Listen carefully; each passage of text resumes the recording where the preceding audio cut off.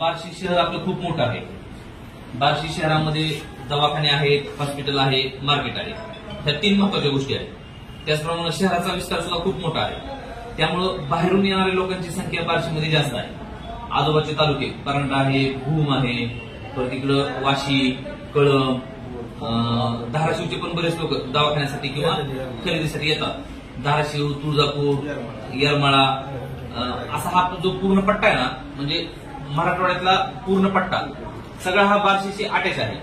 त्यामुळं जेव्हा लोक एसटीने येतात त्यांना दवाखान्यात जायचंय किंवा मार्केटमध्ये जायचं त्यावेळेस ते किरायाना ऑटो करतात. त्याचप्रमाणे आपल्या बार्शी शहरातले लोक त्यांना एका ठिकाणून दुसऱ्या ठिकाणी जायचंय तर ते सुद्धा ऑटो करतात. काही जण स्पेशल ऑटो करतात, काही जण सिटीवरती जातात. बरोबर आहे. बार्शी शहर हे जवळपास म्हणजे जिल्हाचं ठिकाण असतं ना तशा पद्धतीचं आहे. आपण आता ट्रॅफिक ब्रँच आपल्या इथं कार्यरत आहे आणि तुम्हाला आम्ही काही सूचना देणार आहोत. तुमची अडचणी पण समजून घेणार आहोत आणि तुम्हाला काही सूचना पण देणार आहोत.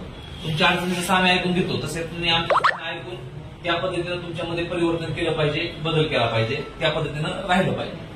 तर तुम्हाला आम्ही म्हणजे तुमच्याबद्दल आमचा दृष्टिकोन जरा चांगला राहील.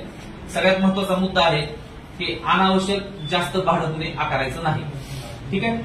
तुमच्या सोबत लोक विश्वासानं बसतात. बरोबर आहे. विश्वासानं बसतात, बाहेर गावचा असतो, त्यांना सगळ्यांना माहित असतं कुठे किती भाडं काय. तर ते अनावश्यक जास्त भाडं जर आकारलं तर त्याला ते वाईट वाटतं. बरोबर. दुसरं, प्रवाशांसोबत तुमची भाषण बोलणं जे आहे ते सौजन्यपूर्ण असलं पाहिजे, चांगलं असलं पाहिजे. काही जण उद्धटपणे बोलतात किंवा त्रास देतात तर मग ते चुकीचं आहे. तिसरा मुद्दा, ज्या ठिकाणी तुम्हाला सोडायचं त्यांनी भाडं दिलेलं आहे त्यांना त्या ठिकाणी सोडायचं. मी तिथं ऑटो जाऊ शकत नाही, मी सोडणार नाही, बसा बसा बसा आणि सोडताना तिथं जात नाही, मी तिथं सोडतो, इथून तुम्ही जा, कसं जायचं. अशी तक्रारी येतात आमच्याकडे. आम्ही काय तुम्हाला हे करत नाही, पण असे प्रॉब्लेम होतात आणि तुम्ही हे करताय तुम्हाला माहिती. काय काय जण सगळेच नसतील पण काय काय जण करतात असं. दारू पिऊन ऑटो कोणी चालवायचा नाही. आम्ही आता ड्रंक अँड ड्राईव्हचे केसेस करणार आहेत. जे कोणी दारू पिऊन ऑटो चालवत असेल आजपासून कंटिन्यू चालवणार. कारण एक ऑटो काल परवाच कोर्ट चौकामध्ये पलटी झालाय, तुम्हाला माहिती आहे. आम्ही रात्री त्याला शोधून आणलं. आहे का ते आलंय का कोण? त्याला शोधून आणलं, त्याचं मेडिकल केलं आणि त्याच्यावर 185चा गुन्हा दाखल करून टाकला. विनाकारण दारू पिऊन गाडी चालवणं आणि प्रवाशांचा जीव धोक्यात घालणं हे बरोबर नाही. त्यानंतर तुम्ही सर्वांनी तुम्ही ऑटोवाले आहेत हे ओळखू येण्यासाठी प्रत्येक शहरामध्ये युनिफॉर्म आहे. बरोबर आहे. तुमचे युनिफॉर्म असणं खूप गरजेचं आहे. तुम्हाला बिल आहे का? युनिफॉर्म लावायचा आणि तो बिल्ला शेवटी लावायचा. लोक सुद्धा विश्वासानं बसतात ऑटोमध्ये.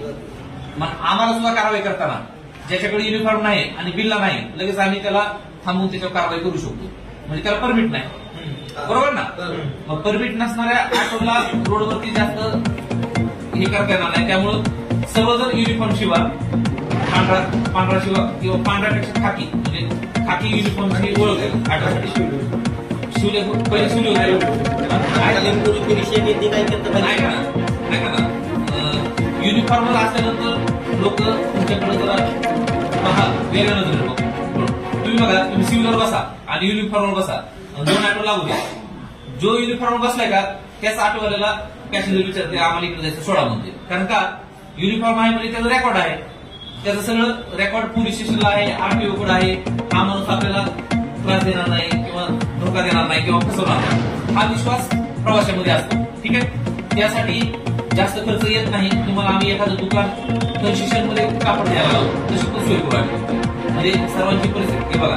ऑटोवाले म्हणजे श्रीमंत असतो अशा का बाहेर. ऑटोवाले कोण असतात? सर्वसाधारण माणसं असतात. म्हणजे आज ऑटो चालवला तर फायनान्सचे 200, घरी होम मिनिस्टरला 200 आणि 200 रुपये तुम्हाला खर्च झाला. बरोबर आहे का? आता असते का नाही? संध्याकाळी झाले की 200 रुपये दिल्याशिवाय होम मिनिस्टर एंट्री देत नाही बऱ्याच जणांना. असे आहे परिस्थिती. विचारत बोला आहे नाही. जे हसते ते सगळ्यांना माहिती आहे. आणि 200 रुपये माझ्या घरी खर्चाला द्या, तुम्ही दिवसभर काही करा तिकडं, आणि 200 रुपये फायनान्सला. म्हणजे तुमचं जीवन हे कष्ट करून पोट भरण्याचं आहे. त्याच्यामुळं चांगलं काम आहे तुमचं. फक्त इमानदारीनं करा, व्यवस्थित करा. म्हणजे ह्या कसं असतं माहितीये का, तुम्ही जेवढं सौजन्यतेने आणि शिस्तीत करणार तेवढं लोक तुमच्याकडं प्रेमानं आपुलकीनं बघणार, विश्वासानं बघणार. नाहीतर तुम्ही आपला सरडाकट मारलाय, दाढी वाढवली, काहीतरी कानात माळ्या वेळ्या आहेत, काहीतरी टुकारपणा करताय, मग ते थोडंसं होतं का नाही? म्हणजे आता आठवड्याला तसं राहावं वाटतंय जरा, म्हणजे स्टाईल मारू वाटते, मारण्याबद्दल काय अडचण होत नाही, पण तसं म्हणजे बघताना दृष्टिकोन म्हणजे त्यांना वाटतं अरे हा स्टाईलिश आहे पण लय प्रेमळ माणूस आहे असं वाटलं पाहिजे.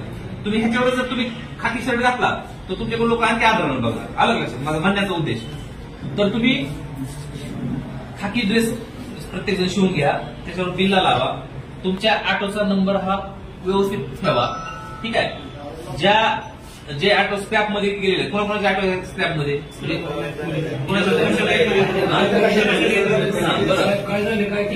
ऐका ना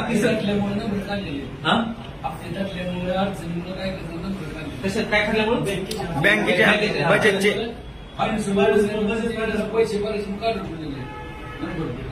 काय काय झाले ठीक आहे. ऐका, प्रत्येक ऑटोवर नंबर प्लेट पाहिजे पहिला मुद्दा.